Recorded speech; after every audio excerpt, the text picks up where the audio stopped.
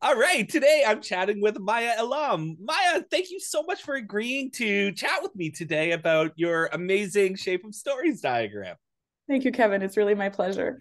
So I thought maybe we would start with something a step away from writing, but it's still kind of art related, and that is the amazing collection of hair photos that you have on your website. Because I have to say, as a bald man, I live vicariously through people with cool hair, and you have this amazing collection of hair over the years, I guess it is. So tell me a little bit about your approach to fashion and to hair. Thanks. I just discovered that like when my hair is exactly how I feel I want it, I just feel good. I feel seamless. And so I started having to give myself my own haircuts because if I would go and try to get a cut done by someone else, I'd end up just in tears. And so I had to figure out how to do it for myself. And so I would cut my hair in any kind of shape I felt like I wanted it to have. And I've had really long hair and really short hair, as you can tell. And then also I love coloring it. So between the cutting and coloring it, I have figured out a lot. And I do that for people too. Like just I want people to have that feeling of like soul satisfaction that comes with having your head be the way you like it. I notice you've grown out your beard. Yeah, well, I mean, that's the thing. Once you go bald, all you have to work with is facial hair. And so that's definitely what I've been doing lately. It's kind of growing it out and shaving it and growing it out and that sort of thing. It's very impressive. Well, and the other thing is I probably, if I wasn't a writing instructor, I probably wouldn't grow it like this, but I think like, a long bearded gray, I think it looks like a wise writing instructor, right? At least if Yeah. I can't live it, I can at least give off the impression of it. And if you ever wanted to throw some color in there, you could. You know what? On my Facebook image right now is me, and it's all blue down here. My daughter died, of course. Oh, Yeah, awesome. yeah, I love yeah. it. Well, let's get a little bit into your background. Tell me about your life as an artist. It was art and graphic design always something you were interested in, and how did stories and writing work their way into your life? Yeah, well, I've always loved stories, writing, and art and visuals, both. And when I was little, I would like make little books and I would write them and illustrate them and cut them out and tape them and staple them. And then as I kind of got older and I thought about what I would do for a career, I really wanted to study writing, but I wasn't really sure how that would pan out. And so I did study literary theory and, kind of like the inner workings of stories, which I really love. And then I veered into graphic design. And so I visualize also kind of like from the point of wanting to communicate. So when I am doing something visual, it's not just like on the surface. It's really like, okay, what do I want this to say? And I even start with like, how can I group these ideas and make it clear for people and then visualize it? So I kind of come at it from both ways, both the idea and the visual, both the word and the picture.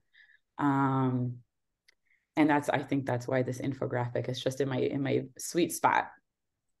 Well, I noticed on your website, Tender Human, you're doing lots of interesting uh art experiments and things that are melding images and words again. Like I was looking at the card game, right, where you had to get the person to guess the top word and whatnot.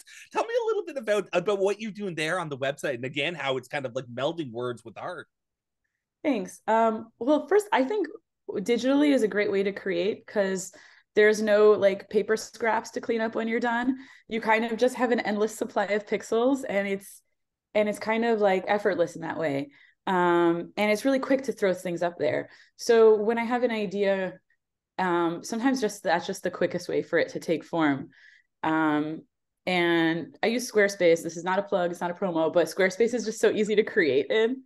So when I have an idea, I'll throw it up quick and then I get that satisfaction right away of like scrolling through um and kind of sharing whatever that little germ of an idea was. Well, you mentioned studying literary theory at one point. When did Kurt Vonnegut come into your world? I think I read Slaughterhouse-Five when I was maybe a teenager. And I just thought it was the most unusual story I had read. Like I had never read anything that was so out of the box before. And then I read more of his books later, and I just loved his personality. He seemed like one of the first writers I'd read who I would sit down and have a conversation with. Whereas a lot of people maybe seemed serious or intimidating. I was like, no, this man would just be like smoking, like chain smoking in the next chair, just talking about anything. And I just loved that like approachability.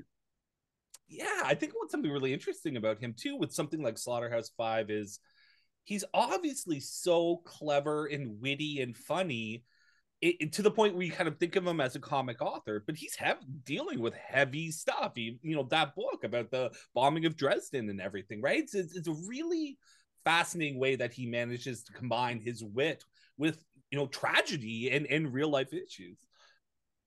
Yeah, I think he takes you with him on like, you're reading this book and you can feel kind of what it means to you. You can also sense that it means so much to him. And I think it feels very personal to read his books. So tell me about the origins of the Shape of Stories diagram. What was the situation that this came about, its creation? So this is a very good example of this is an example of school being very good for you. So I was studying graphic design, and my teacher Jenna Lucente, she assigned an infographic, and infographics were like pretty popular. And she said it can be on any topic you want.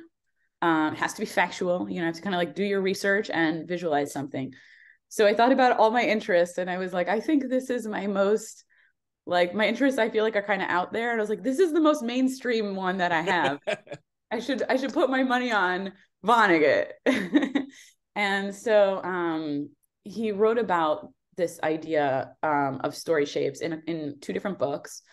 And so I kind of like did my research, and he used line drawings, but then I wanted to fill them in as shapes and also throw icons in, so you can kind of tell what's happening when it goes up, when it goes down, and there's like a skull, you get it immediately. There's two different lectures of him teaching this on YouTube. Had you seen those as well at that point? So was it the books and the videos that you were kind of combining your insight on it? Yeah, I saw that when I started researching. Yeah, great. So, I see your diagram everywhere. Like, it's everywhere across the internet if you're looking in the space of kind of writing instructional work. And I'm teaching this interview is part of a course I was putting together where we're looking at different story types, and we looked at some of the Save the Cat story types, and we looked at this guy Christopher Booker's 12, I think it's 8 basic plots or something like that. And I wanted to cover the Vonnegut stuff, but I kept coming back to like your simple infographic is such a perfect encapsulation of the material that I was like, I'm just going to figure out who made this thing and reach out to her, because anything I'm going to put together isn't going to be any better than what you've already done. And so I'm curious, why do you think your infographic has resonated so well with writing instructors like myself and other people across the internet who constantly reference your diagram? Thanks. First of all, I'm glad to hear that. And I think it's a few things. I think I took the idea, but then I also fleshed it out. I gave examples of like movies, like Harold and Kumar Go to White Castle, The Sopranos, which is such a, like, everybody loves that. Like, that show is so, I don't know, interesting and well done. And then also I tried in the infographic to explain the meaning. Like, why is this important? Because in the second row of graphics, we see like creation stories, which are really important stories, really central stories, that get replicated in our storytelling. And you see that Cinderella and the New Testament have the same story shape. And then I think we can start to see that, okay, the stories that we're telling, whether it's like Disney or a self-published author, they relate to the deeper stories that we're telling in our society. And then I collected all the story shapes together, and there are ones that we don't see that often, like the first creation story where things just get better and better and better, we don't see that story very often. And so we can see, like, okay, well, what does that mean about our society? And if I were to tell a story where, life just gets better every day, would anyone be interested in that story? How would that story come across? So I think bringing them all together, seeing which are the common ones and which are the outliers, really outlines kind of the whole landscape of it. Totally.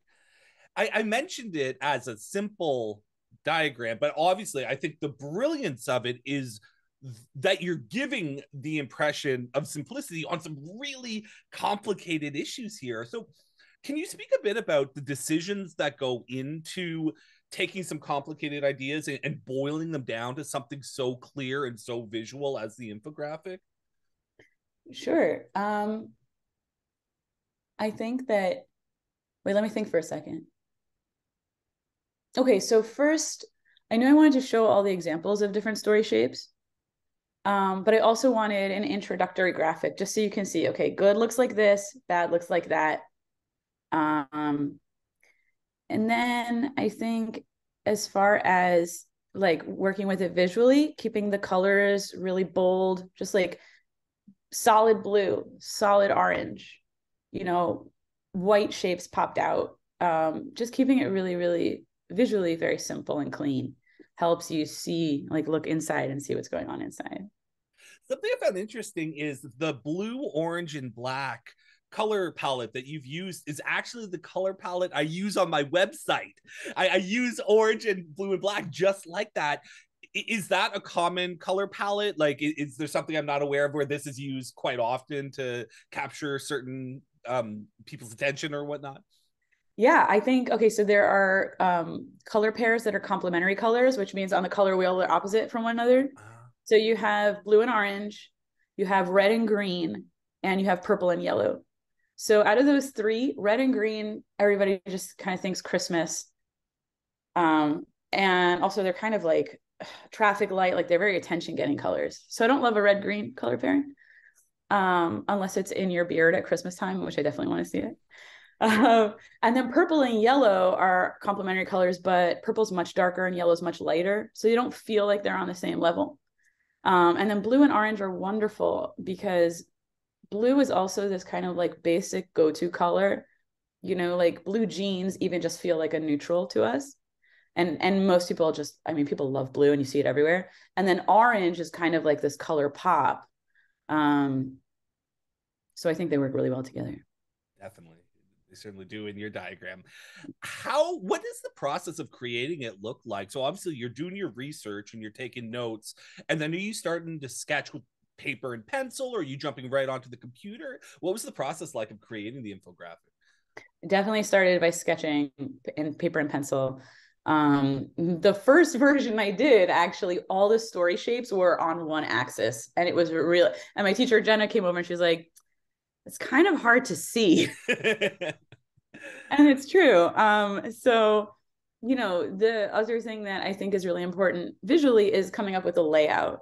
So having a big headline, having an intro paragraph with an intro graphic, so you kind of know, okay, here's what we're looking at, and then having 8 examples. You know, the first 4 are kind of in their own category, and then the second 4 are kind of in their own category, and keeping everything really clear where each one has a name, the graphic, a description, examples, just so you know, your brain doesn't have to do the work of figuring out what you're looking at. You can take it in.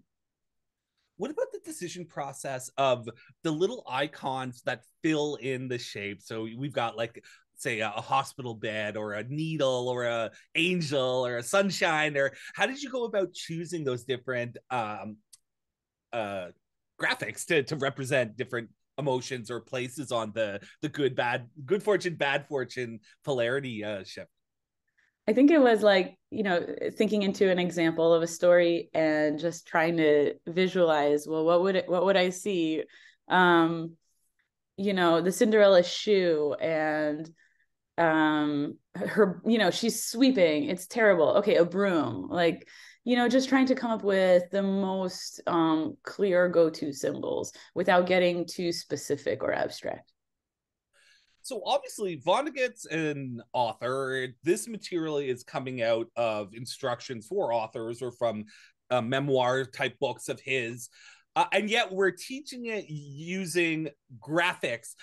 Why do you think, even in the world of literature, graphic representations can be helpful in communicating information and teaching authors how to think about writing? I think we understand in all different ways. And when we're writing, we're so into the words. It's not uncommon when you're writing to think about like exactly this one word or where it fits in a sentence. But then if you want to look at it more big picture, you really need to take a step back. And sometimes that means also switching your medium from words to a visual for a moment. And when you're thinking about an entire story, there are so many like emotional fluctuations, and there are so many different characters and the way they relate. And this method of kind of mapping things just one line up and down, it helps create clarity in a big picture. Looking at the diagrams, if I'm an author and I look at this and I go, oh, mine doesn't match one of those, or if I go, oh, that's exactly how to do it, what do you think about people who take the concept in that way? I think there I think that that's not necessary. I think that the exciting thing about writing or telling stories is finding how to take what we know, what we feel, what we understand, and what we want to share with people, and really making that real for them and painting that picture for them so that they can come on that journey with us. And so if our journey looks different than those ups and downs, I I want you to make that real for me. I want you to tell me the story the way you see it and feel it. And sometimes if we follow the template, then it kind of comes across flat. And the really exciting thing is like, I'm getting like, if you're writing something, I'm getting a story that only you can write. So I want that story. I don't want the story that you think you have to write in order to make it palatable. I'm going to resonate more with what you would really choose to do if you're choosing totally freely when you're writing. The metaphor I try to use for my clients is these are all just tools, and you use tools when things are broken, right? It's like, oh, my wall has a crack in it. I better get out my toolbox and fix it. But it's like, if you're writing your story and things are working, keep writing, do whatever the heck you want if it's working. But I think so many writers, especially the ones who come to me, they're like, they have a certain level of expertise and they have the taste or the knowledge to know this is not quite where it could be, but I'm not quite sure why. And that's when I'm like, okay, well, let's grab the shape of stories concept and overlay this as a tool, or let's grab the hero's journey or something like that. And so I think I resonate with you in terms of like, these aren't blueprints to follow, they're tools that we can use as reference points for our own stories and possibly fix problems or figure out ways to make our stories even better. Totally. And I think even just using this as a diagnostic and saying, well, let me graph the story that I have right now, or let me graph the story that's in my head. And then, I've read stories like there's some Kafka where, the character is just in a weird middle ground for like 80% of the story. And if, and so if you look at that and you're like, okay, that's what I'm doing, that's your choice. It's a good choice too. Yeah, I think that's, and something like the trial is kind of which way is up, right? No idea. Yeah. So something we haven't touched on yet that I think is really interesting. This whole idea of shape of stories from Vonnegut was rejected by his university. This was supposed to be his master's thesis. As someone who's obviously found some real success building upon what he did, how do you feel about this idea that the academic institutions rejected this entire idea? I think they must have been very short-sighted because it's a great idea. I feel like, now I think that's being taught. So I don't know what they actually wanted him to write. And it was a master's thesis for anthropology. Stories are a really important part of our society. So I don't know, I bet they're kicking themselves. Absolutely. Absolutely. So I noticed that on your LinkedIn profile, you had the diagrams kind of as your header. Has this become kind of a signature piece for you, or do you just consider it one of many, creations that you've made as an artist and as a graphic designer? Yeah, I do feel like it's like my cornerstone. It's my one of my favorite things that I've done. And I love that it resonates with people. I did it as a student. I was just trying to like do school. And then I put it on I think it was Visually, like one of the infographic sites. And then people just kept pulling it for different places and different places. And I was like, okay, wow, it's interesting. Um, and I think it's just, stories. I'll talk about it all day. Like I love that subject. Was your name always on the infographic right from the start? Or your contact info? I think so. Yeah. And my website changed. It used to be my name.com. And then I really liked Tender Human. So I just switched it to that. I mentioned it because I think it's a really great lesson for artists where something like this that seems to have really taken off and is all over the internet.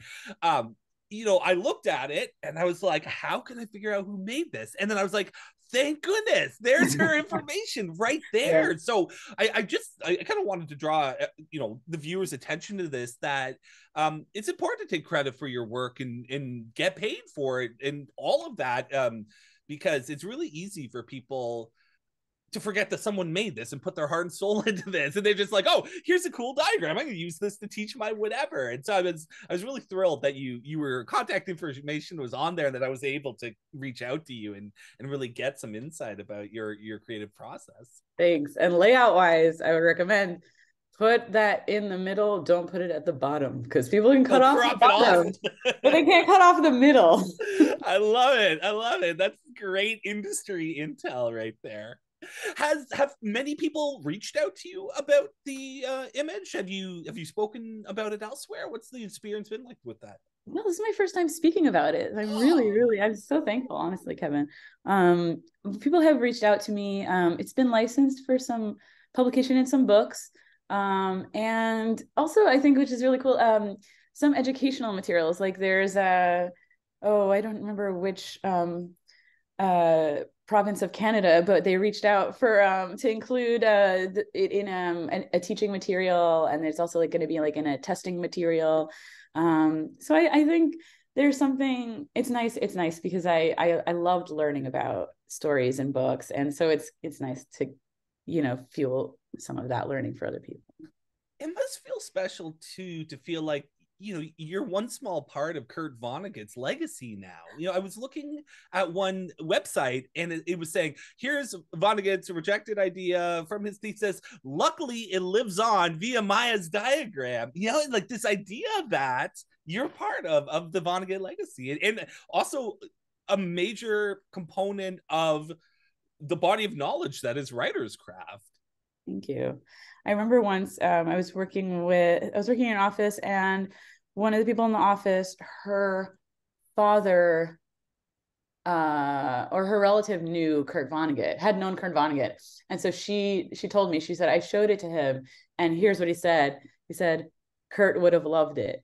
Oh, that's really nice because also, he's not with us. So it's nice to have that.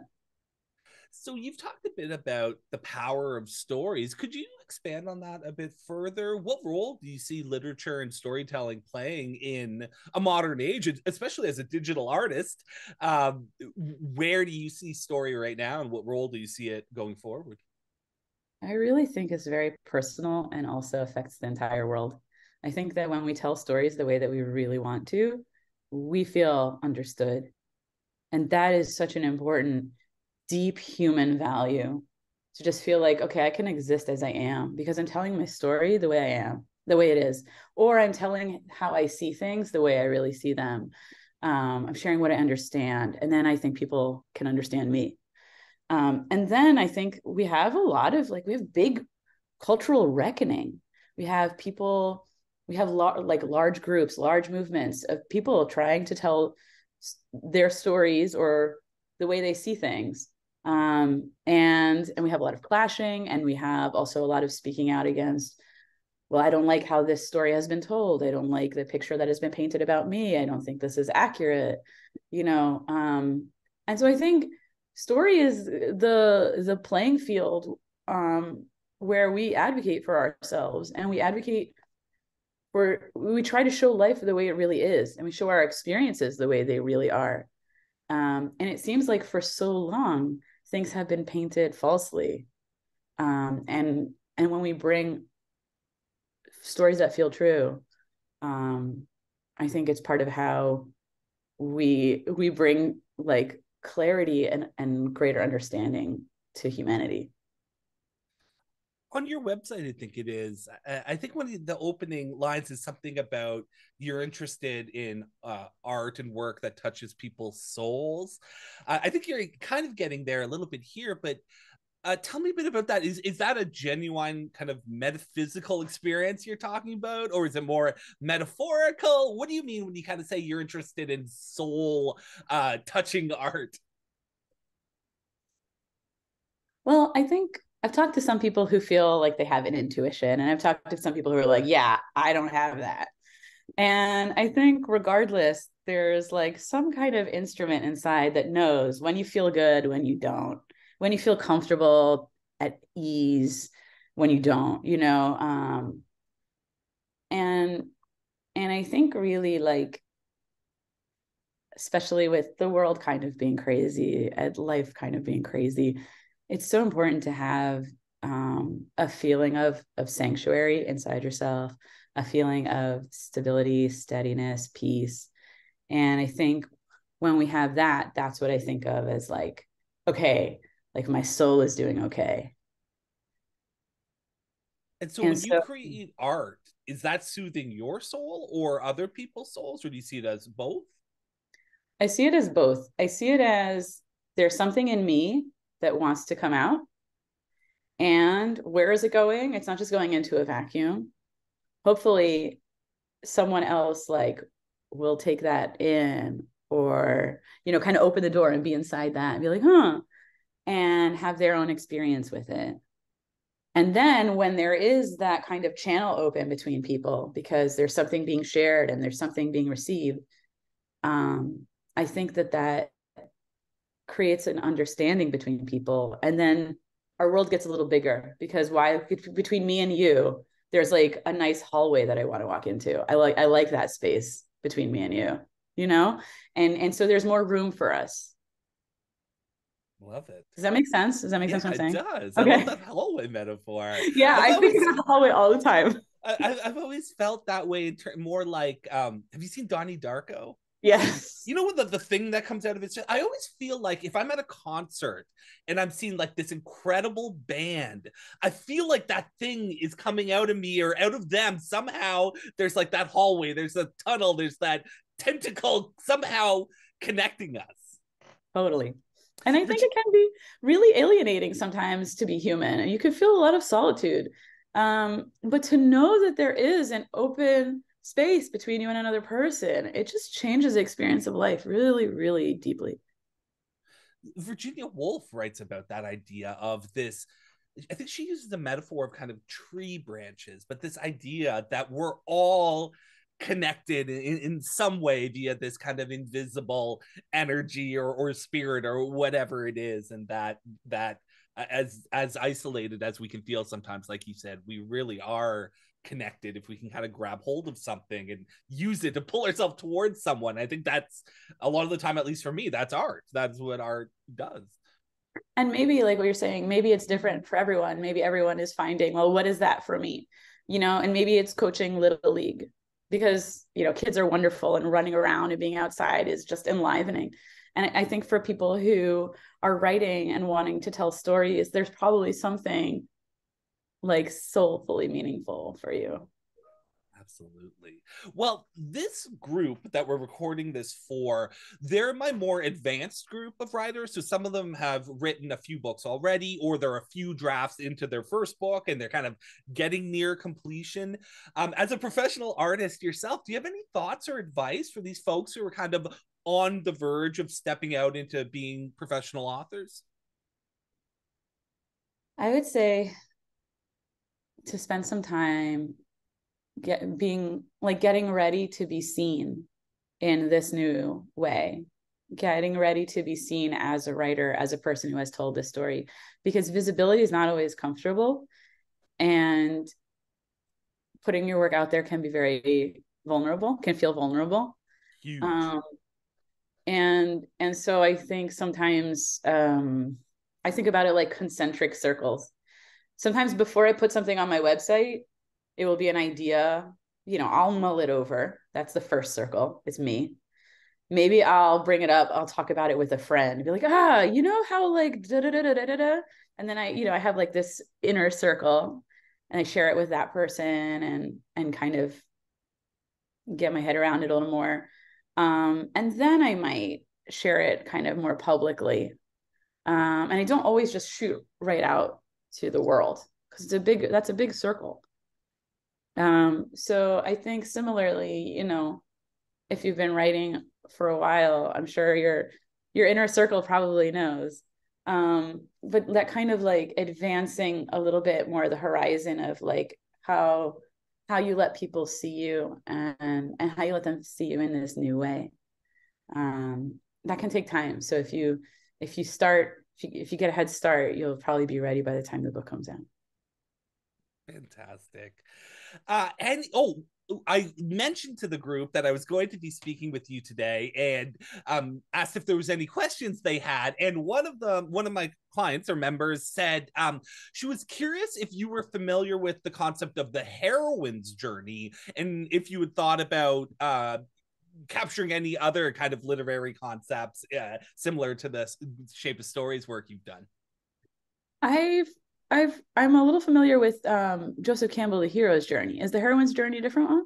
Yeah, so I think it's a newer take on it, and kind of saying that Campbell's hero's journey, or really Christopher Vogler's update of Campbell's hero's journey, which is what terminology we mostly use, is really a Western male focused journey. And this idea of, I'm going to go out, conquer the bad guy, become a man, and then come back to society and contribute via having reached my kind of alpha maleness, right? And that the heroine's journey take is that women are often much more about building community. So it's not about going out on your own and slaying the dragon. It's about bringing a team of people together to slay the dragon, or to figure out a way to work with the dragon. So yeah, just a kind of more modern or just different thinking on the hero's journey, and how that might be better reflected from a feminine point of view. I love that. Please thank whoever asked that. That's so interesting, because I think as the way first of all, I'm not familiar with it, but the way I relating it to the infographic is that the infographic really is designed to choose one person's well-being and map that. And so the focus on an individual, that, is a societal choice we see a lot. We live in a really individualistic society. But of course, that's not the whole story. Community is really important. Connection is really important. And so if you wanted, you could pick a different thing to map. You could map like the existence of community. How healthy is this community? Does it exist yet? And you could map that. You could be like, okay, well, there's not much here yet, but now someone has taken initiative. And then here they're going around, they're getting people are not sure. Okay, people are joining. Okay, now the community is really strong. And what are they going to do from there? So you could pick something else. You could pick, you could be abstract about it and pick something like community. And you could also, if you want, let's say there are, 3 characters who are really, really central. You could map all 3 of them. You don't have to make one person too primary. Yeah, this is only kind of related, but I'll share with you because I find it so interesting. When I was studying Canadian literature in university, they were talking about this idea of the American individualist, right? Like that's the American icon, heroic male, like goes out and conquers the West, right? And they were saying that's largely based on environment, that in America you have hot, warm weather and you can go out and survive on your own, possibly. But in Canada, good luck surviving a Canadian winter on your own. And so that in Canadian literature, we do see a lot more community building. We do see a lot more people relying on each other, because you can't make it through the winter if you're not like sharing your pickles with your neighbors, bearskin like blankets or whatever, right? And so it's interesting that that idea of the lone hero, is geographically based, but also kind of like weather based, possibly. Yeah, that makes sense. I don't know how you're getting through Canadian winters. We also can hardly get through New York summers. Um, but I will say too, like the one thing that changes when you go from a story that is very individual and, especially if the story is told by, about like a man who is conquering, if you want to make a change to a story that is really about several people, many people, one thing that changes is, okay, in the story that is told from like the one man conquering, all the other characters tend to be viewed through his lens. And I'm just thinking about Lost, because I rewatched Lost for a little bit and I just couldn't deal with it anymore, because every character, it's so many wonderful characters, but we were just focused on Jack, the main character. And I was like, I want to know what's going on with Claire. And have you seen Lost? I up until season 3, and then I pulled. This was what happened to my hair. Actually, this was me trying to get through Lost. I absolutely loved it at first, the first couple seasons, and then I just reached that point of total frustration where I kind of had the sense they didn't know where they were going or really what they were even doing. You can tell, right? Yeah. So to give one example, there was a point where one of the characters, Claire, gets kidnapped, and really like the whole coverage of it happens through the eyes of Charlie, who likes Claire. And so we're not actually getting like what is going on for Claire. We're just getting, oh no, Charlie is, we're thinking about Charlie because Charlie has a crush on Claire. And that kind of storytelling, for me, when I'm seeing it, I'm just like, I'm not into it. It's alienating. I want to know what's going on with Claire. Don't just give me like what Charlie thinks about her. So if you're making a shift from kind of like the Western male conqueror individual, and you want to tell a story in a way that is more multidimensional, letting characters, showing characters through their own lens, giving each character their own arena, can be a really good practice to try to bring in. Does that make sense what the difference would be? Oh, absolutely. Well, thank you guys so much for creating this amazing work that I really think is going to help, or has already helped a lot of authors, and I think is going to continue to help writers into the future. It's an amazing achievement. Congratulations. Thank you so much. And thank you for taking your time out of your day to come do this interview and share some of your amazing knowledge with my folks. I really appreciate it. It is absolutely my pleasure, Kevin. Thank you so much. Is there anything we could do to support you? Is there somewhere we can go to follow your work or do something to move something forward for you? Well, I am working on another kind of follow-up piece about story making choices. So might take a little while to come out, but if you, let's see, well, I don't have an email list, but I will email you when it's out. And then people who your followers and your podcast listeners and all I would love for them to check it out on my website, Tender Human. Oh, I love it. All right. The second it's out, let's do another interview. We'll talk about that one. We'll do a follow-up. Oh my God. I'd love to. I'm so excited. All right. Thank you so much, Maya. Have a wonderful day. You too.